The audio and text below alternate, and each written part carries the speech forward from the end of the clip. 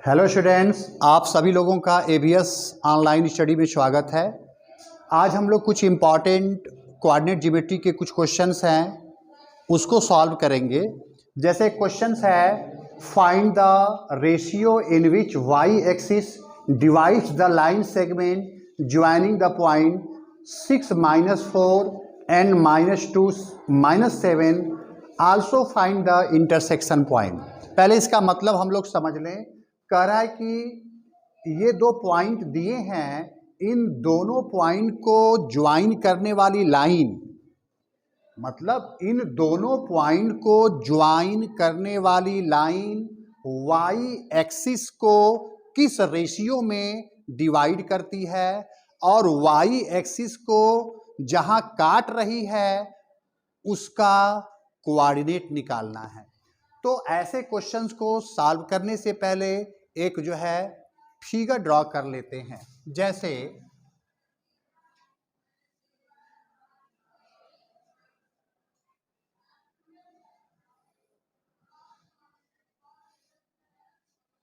अब ये 6 - 4 है, प्लस माइनस है तो फोर्थ कोऑर्डिनेट सिस्टम में होगा, कहीं ये इधर ही कहीं होगा। ये 6 - 4 हो गया। -2 -7 कहीं इधर होगा।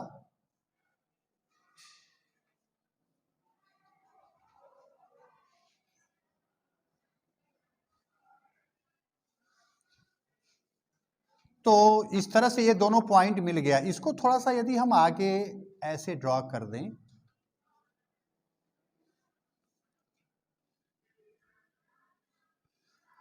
तो यदि इस फिगर को ध्यान से देखें तो AB को मिलाने वाली लाइन वाई एक्सिस को इस पॉइंट पर काट रही है और एक्स एक्सिस को इस पॉइंट पर काट रही है। यदि इस पॉइंट का नाम कुछ रख दें हम लोग, P और Q, ये नाम रख दिए, तो यदि इस फिगर को ध्यान से हम लोग देखें तो A और B को मिलाने वाली लाइन वाई एक्सिस को Q पॉइंट पर कट कर रही है और एक्स एक्सिस को P पॉइंट पर कट कर रही है। यानी Q पॉइंट A और B के अंदर है और P पॉइंट A और B के बाहर है। अर्थात हम P को बोल सकते हैं एक्सटीरियर बाइसेक्टर और Q को बोलेंगे इंटीरियर बाइसेक्टर। हम लोग पढ़े हैं एक्सटीरियर बाइसेक्टर और इंटीरियर बाइसेक्टर। इंटीरियर बाइसेक्टर के लिए हम लोग को कोऑर्डिनेट निकालने का फार्मूला था mx2 + nx1 / m + n, my2 + ny1 / m + n। Interior के लिए, एक्सटीरियर के लिए यही फार्मूला माइनस हो जाता था। तो चलते हैं थोड़ा सा इस क्वेश्चन को सॉल्व करने के लिए।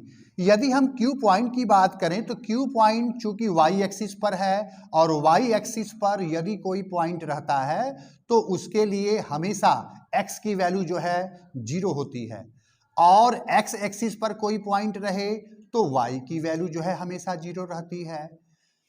सेम इसी तरह का एक क्वेश्चन यहां भी है, find the ratio in which x axis divides the line segment join the point 6 - 4 and -2 -7। Also find the intersection point. ये क्वेश्चन ये कह रहा है कि 6 - 4 और -2 7 को मिलाने वाली लाइन x एक्सिस को किस रेशियो में बाइसेक्ट कर रही है और उस पॉइंट का कोऑर्डिनेट बताना है। तो चलिए, अब इस Q पॉइंट के लिए क्या है, Q पॉइंट हमारा y एक्सिस पर है, तो y एक्सिस पर कोई पॉइंट रहता है तो हमेशा जो है x की वैल्यू 0 होता है। तो 0 = mx2 + nx1 / m + n। तो mx2 की वैल्यू हो जाएगा 6, n x1 की वैल्यू हो जाएगा -2 / m + n। तो 6m - 2n = 0, 6m = 2n, m/n = 2/6 यानी 1/3। मतलब Q जो है AB को 1 और 3 के रेशियो में बाइसेक्ट कर रही है। अब यम और यन की वैल्यू आ गया। अब इस पॉइंट Q को निकाल लीजिए। पॉइंट जो है Q क्या आ जाएगा, Q के लिए चूंकि ये y एक्सिस पर है तो x की वैल्यू 0 होगा, y एक्सिस पर है तो x की वैल्यू 0 होगा और y की कुछ न कुछ वैल्यू आएगी। तो y की वैल्यू हो जाएगा my2 plus ny1 by m plus n। अब इसको सॉल्व कर लें। m की वैल्यू 1 है, y2 की वैल्यू -4 है, n की वैल्यू 3 है, y1 की वैल्यू -7 और m प्लस n 1 और 3 को ऐड कर दें 4 आ जाएगा। -4 माइनस 21 बाई 4 यह आ जाएगा -25 बाई 4। तो इस तरह से पॉइंट Q आ जाएगा। Point Q is equal to 0 - 25 by 4। ये Q का कोऑर्डिनेट आ जाएगा। अब जरा P की बात करें हम लोग। P चूंकि एक्सटीरियर बाइसेक्टर है तो इसके लिए जो है ये फार्मूला हमारा नेगेटिव में चलेगा और P जो है, जो पॉइंट P है x एक्सिस पर है तो x एक्सिस पर जितने पॉइंट होते हैं उसके लिए y की वैल्यू 0 होती है। तो 0 is equal to my2 minus ny1 by m minus n। my2 की वैल्यू है -4, y1 की वैल्यू है -7 बाई m माइनस n। अब ये क्रॉस मल्टीप्लाई करेंगे तो ये 0 हो जाएगा। -4m plus 7n is equal to 0, -4m is equal to -7n, ये कट गया। m by n is equal to 7 by 4। ये 7 और 4 के रेशियो में बाइसेक्ट करेगा।